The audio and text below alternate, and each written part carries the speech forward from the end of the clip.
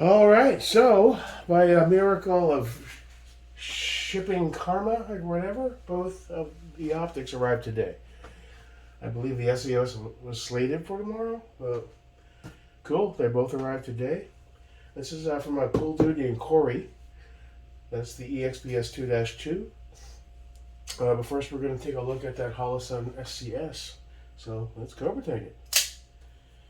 All right, little dude.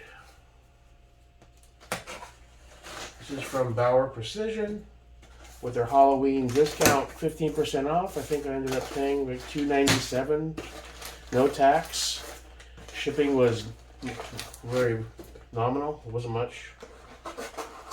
It was actually a fair deal, and it shipped rather quickly. I ordered it on like a Saturday, so obviously you're gonna wait for the first business day. We got a Bauer Precision. Oh, that's a pretty hefty sticker. Nice. And there's the SES. Cool, man. Looking forward to checking this thing out. So let's go ahead and take a look at it. Let's kind of zoom in over here. Had some issues last night with my FCD LRF setup when it comes to the light, and it did not want to take Gen 2 mags. I learned.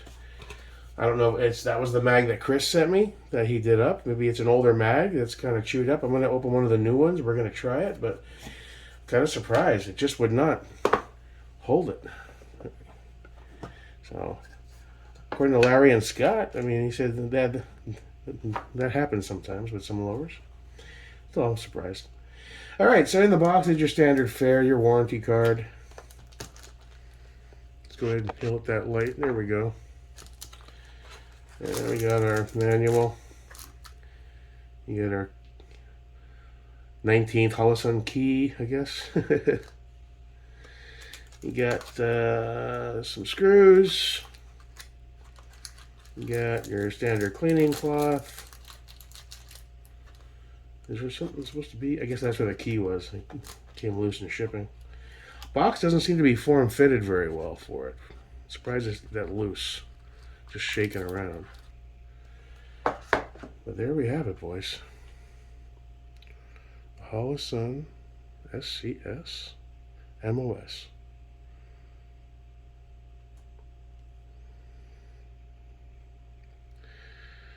There we go.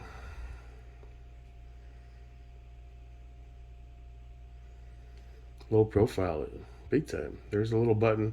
Now in the reviews, the button, they say it's not the easiest to press, because it's really, and it's not. You can feel it. It'd be cool if it was sticking out a little further. However, I think we're going to be okay. You know, let's go ahead and kill the light real quick.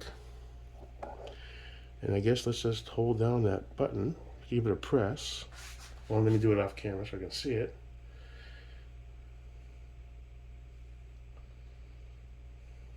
Okay. 1, 2, 3.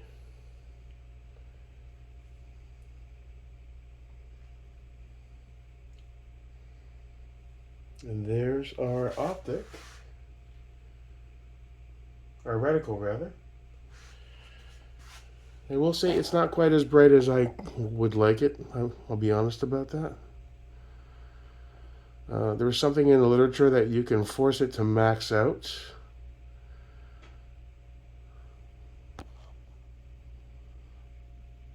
It's not terrible.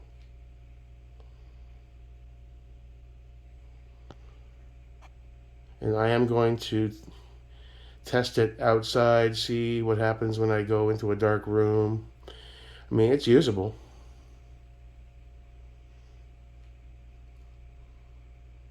So this is why I want to try it. Got a good deal. We're going to rock it on the 34 and see, kind of put it through its paces. And if I can't stand it and it gets to the point where I just don't want it, I'll just fucking sell it. Take a small hit. It's the in thing right now. It'll sell. Well, overall, I love the green. That reticle, it's tiny. Not as big as I thought it was going to be, which might be a good thing. More accurate. All right, so, you know, I'll do a mounting video. We'll get it on 34 later today. And I'll take it out in the backyard in the natural light. We'll go into a dark room with it. We'll try it out. I like the fact that I don't need a secondary plate. It's a direct mount to MOS. That's really cool. As far as the brightness is concerned, I believe I probably should have left that in the plastic in case I have to resell it, but you can look it up online, right? There's a way to max out, but I think it's temporary. I saw somebody reference it in one of the videos. Okay, maintenance and care, limited warranty, site operation, power on. To turn it on, long press the function button for 1 second to turn on the power. At this time, the SCS is powered by battery.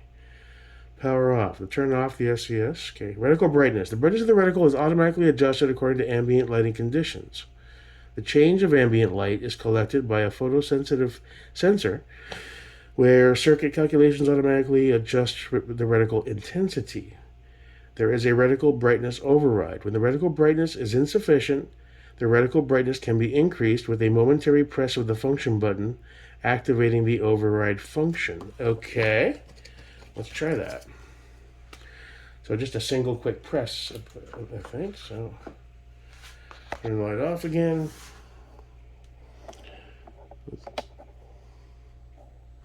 I can't see anyway. That button, I wish it was a little more tact. Oh, there we go. That's mad bright. Much brighter. Okay. Now, how long does that override last, though? Like, does it stay like that until you hit the button again? Let's see. The reticle brightness. When the reticle brightness is insufficient, the reticle brightness can be increased with a momentary press. A second momentary button press will deactivate the override. The override function increases the brightness several levels and will deactivate after 30 minutes automatically. Okay, so you get 30 minutes of max brightness, which is interesting. So they give you some time with it. It probably sucks energy from the battery. Interesting, you know. Like it or not, this is the way a lot of optics are going to start going. So, I mean, that's the max brightness. And from a naked eye, it's actually a bit too bright for indoors. Doesn't really translate as well to the camera, but that's pretty good. And if I look outside with it, oh yeah, man. I'm hopeful, man. I think I'm going to like this optic. I really do. I know there's some trade-offs, and not being able to control the brightness is weird. I know, I get that. It is titanium. It is direct mount, so that's a plus. It's going on the 34. We will do that later, and then we'll do some basic testing with it in different conditions, and we'll get it out to the club with Scott and Larry, and we'll each of us give it a shot and see what everybody thinks of it. You know, and go forward, you know. All in for $300. I think it's a good deal for a good optic for a company that's really innovating, and, you know, I'm happy with my decision on grabbing this over a more standard one. But, you know, that remains to be seen. Let's see how it runs and shoots and holds zero and all that fun stuff. So, overall, I think it's a win so far. We'll have to do some testing and mess with it. We'll just put this over here because that's going on in a little bit. And that's from Bauer Precision. Thanks, guys. Okay, so moving on. Let's check out the Eotech that I picked up. I originally was going to buy a brand new EXPS2-2. And the price I got through the Amazon side of the Eotech store was $588.98 or something like that. And I went ahead and bought it. And then I got an email the next day saying the price listed was inaccurate. It was really $698 or something like that. And I said, you know what, screw it. So I canceled it. And I said, all right, so let's go back to the drawing board. And then I was in some cell groups, and this popped up as I was sitting there having my coffee. And I sent a message. His name is Corey, cool dude. You know, and I was like, it's an EXPS2-2, so there's no night vision capability, so that's a bummer. But he wanted 385. I offered him 350. We met in the middle at 365 shipped. It looks pretty much pristine in the pictures, and it's got the Reese Tropic multicam wrap on it. And I just, something said, I kind of said to myself, you know what? Let's grab it. Let's go for it. I don't have the nods yet, and likely won't for a while, so let's give this a shot. It'll be a good secondary optic if I ever, and probably when I do have nods, that's when it's time to pull the trigger on a T2. That'll be the best nods optic, probably. But from what I hear, if you turn the brightness all the way down, the first two levels are still kind of NV friendly, so we'll have to test that out. Maybe Scott or Larry will let me look through their nods with it and just to check it. But let's check it out. This Corey dude, he shipped fast, very easy to deal with. He's like, I got vouchers. You can check me on tax swap. I was like, nah, you seem cool. Because you gotta be careful. There's a lot of scammers. How do you get into this box? He wrote a note to Mr. America. Thanks, dude.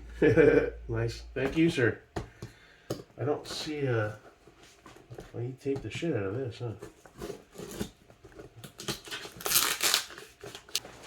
Damn, brother, you really packed that nice.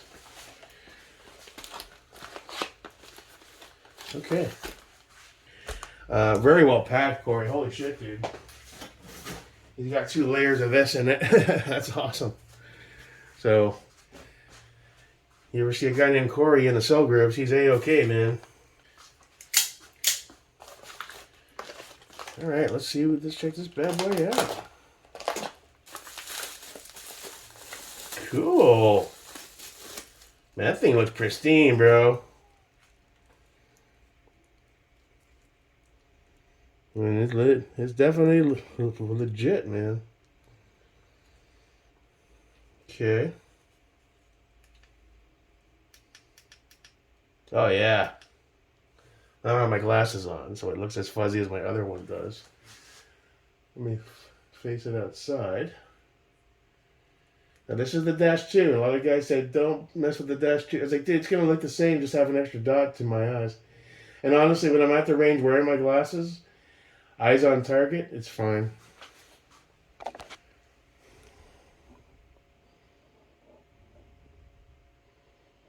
Fantastic. I mean, it'll turn into a blob when I zoom in. Obviously on camera. Love it. And that Reese wrap is sick, dude. I like it. That's totally sick. Corey, thank you a million, bro. Good deal, solid dude. And I'd say we got a good haul going, man. I'll turn that light back on. Let's grab Mr. LMT and introduce him to his new optic. Now, I gotta go through and I gotta reattach that light screws to the inline and I guess use some Loctite. It had some basic ones with the screws that it came with. But that light came loose after so many rounds. It lasted the last range run without, I guess it got loose after that. I should have checked it, you know what I mean? Alright, so let's mount that mamma jamma. Now what I don't know, do I want to use a riser or not? I don't know yet. Let's see how it looks. Probably. I mean, it is the E.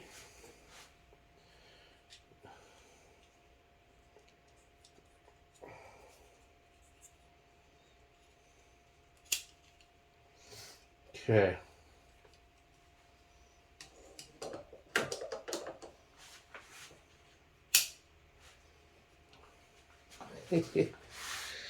Dude. That's solid, man. Can't really see it as well.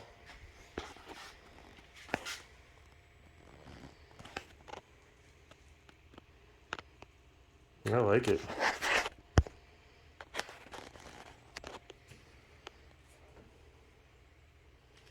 That's sick, dude. Awesome. And that double dot will be interesting to try. I've always wanted to try it. Can I get the camera in there enough to see it? There it is.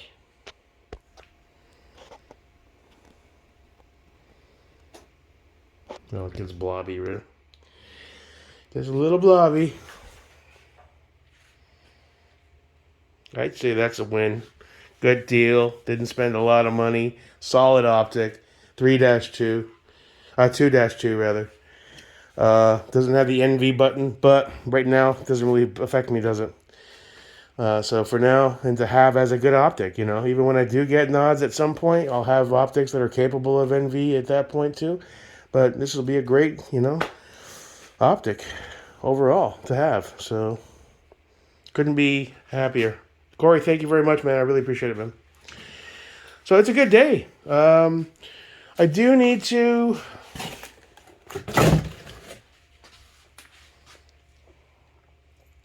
Oh, by the 19 was awesome, dude. I love shooting that. It runs in the Safari perfectly. So that's awesome, too. It's just a solid gun. Can't really pull it out with one hand right now. The mag changes were okay. They were fine. What's that mask doing there? You know, it's all. I gotta change my wardrobe. I gotta go to 511 and see if I can pick up some shorts and maybe a pair of like beige tactical pants that are a little on the lightweight side for Florida heat, but also good belt loops. I've got to start to get this gut down so I can tuck my shirt in because I kept snagging on the shirt a lot, trying to put the mag back in, and that comes with practice. But overall, we're really stoked. They're moving around a little bit. My inner belt sucks with this. I need a better inner belt at least. I know I need a whole new belt, but I might pick up a decent inner belt from a better company that has the belt loop where you can pull it back to get it as tight as you need to. This one's inner belt is that one piece on top of another, and it's just impossible to pull it tight enough when you have it on, and you know it's really hard. So definitely need to start at least with a quality inner belt. And the belt itself ain't bad. I don't mind the belt, the VTAC, but the inner belt sucks. So carefully put this here. And I guess we'll just continue the video real quick just to check out how the guns did. The Geisley shot fantastic. No problems with the light. The whole Gen 2 mag and the FCD gun thing kind of threw me for a loop. It would not take that Gen 2 mag. Now, that's the one Chris sent me. It might be an older mag. It might be a little beat up. I don't know. We're going to try one of my brand new Gen 2s right now. And the other issue I have with it, the light came loose after so many rounds. See that? Now that's not the mount attached to the rail itself. That's the light attached to the mount that came loose. So my guess, re-torque with Loctite, we should be okay. I gotta start putting stuff to keep the carbon off my light, but and it didn't like that Gen 2 now. So it is abnormally warm for this time of year. I don't know where our cold weather is, but I wish it would come soon. Alright, so let's grab a Gen 2 real quick. Brand new out of the bag. Oh. I like doing that. Cobra check. PMag. No wonder I got such a... I paid $80 free shipping for 10 of these. Now I'm starting to see why. Nobody wants them anymore. Alright, let's see. That goes in. Okay, so could it be just that one mag? Alright, so it's not a Gen 2 thing. It's that mag that, for some reason... Where is it? Let me find it real quick.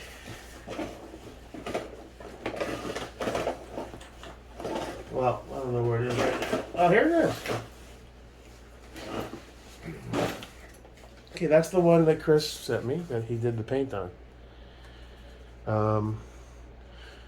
Could it be a bit overloaded? Like one too many rounds?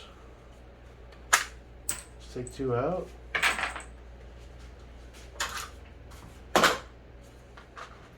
No, it wasn't overloaded.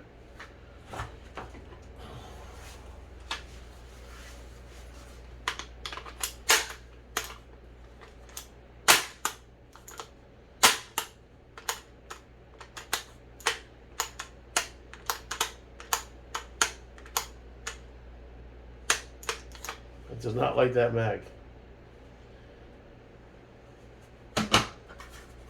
Brand new. Oh, wait.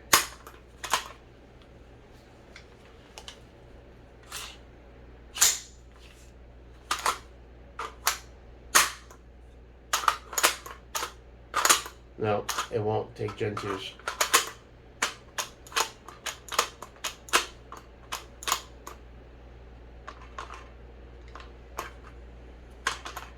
No, that's weird, man. I just caught right there.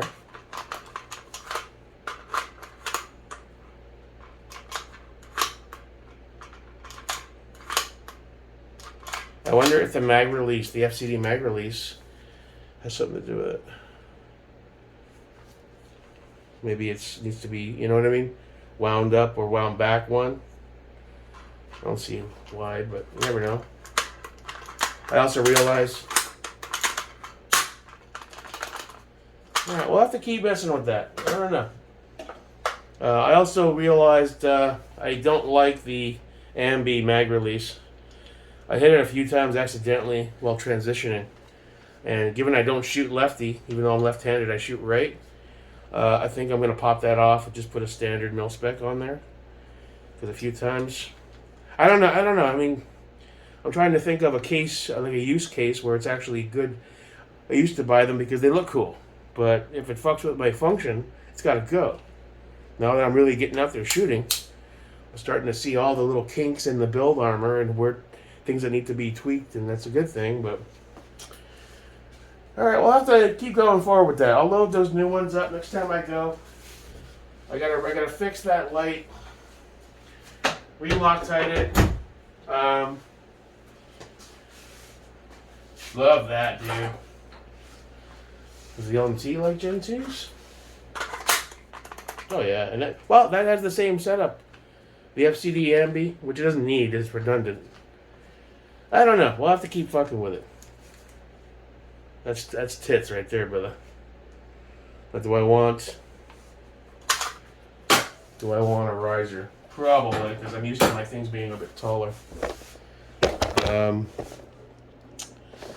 Let's do this. Nicely shot like a dream. Awesome. Happy as fuck with it. I got a dude reaching out that wants to do a trade on that, actually. Which, you know, I piqued my interest. It's a Daniel Defense PDW 300 black. But I don't think I'm going to do it. I kind of like this guy. He shot like a champ, dude. See, I got one of my ADM risers. I might have to grab another one. And also, do I have anything else with a riser that I'm going to sacrifice for the Eotech for the time being? Or is that just the only one? Alright. So, we might just... This thing is pretty well zeroed too. That's the thing. I'm going to take it off of that. It's going to lose it 0. I'll think about it. I may just order one. These aren't too bad. Or get another Unity. We'll see. Sometimes you see some of these pop up in the sell groups for a good deal. You don't have to pay the full retail. They're not like $90. They're not crazy, but if I can get one for like 50 or something, even better. Cool. All right. So it's a good day. Had a great time. Really appreciate Scott and Larry and Charlie, his son. Man, that guy can shoot. Oh, he's 19 though. He's got all his health. He's in good shape. He's got good eyes. You know. And the whole time Scott's like, that's slow, man. Because he hasn't been shooting much. He's like, wow, I don't want to see him when he's all revved up, ready to go. Definitely putting us old fogies to shame, that's for sure. Oh, and on the side note, I got 4 replacement T10s for the Fat Wrench. Because the one that came with it a year ago kind of snapped off the tip there. Maybe I was going too hard and heavy. Let's make sure they fit. Yep. So that's good to go. And we got spares. The Vega Corporation, driving industrial performance.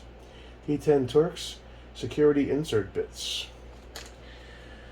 So overall, stoked, happy, getting a little better, getting more comfortable with doing the drills. Obviously, one of my biggest handicaps is my vision. My glasses were fogging up big time.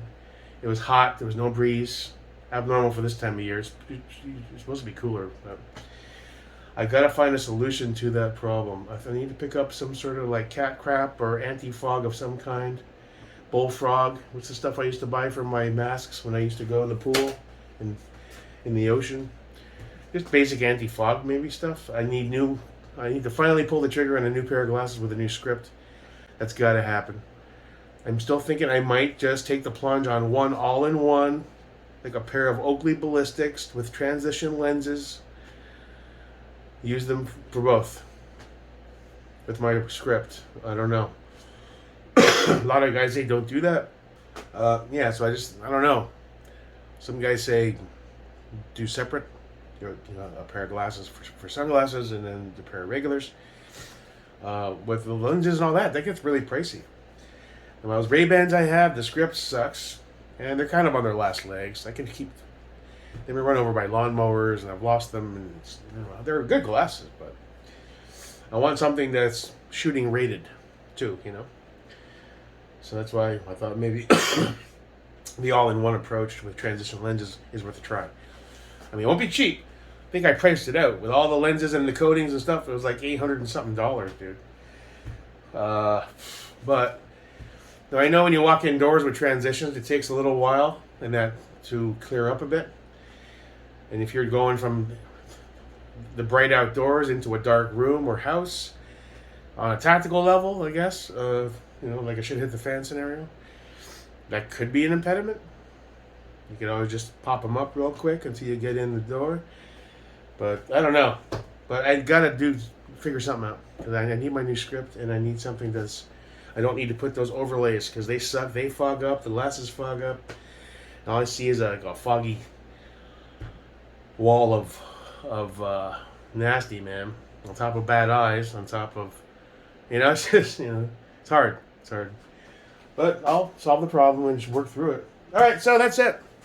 Hope you guys are having a great week so far. I sure am. And can't wait to try out this SCS. I'm going to do a separate video. There isn't much to the install. It's, it's going to be going on Mr. 34 for now.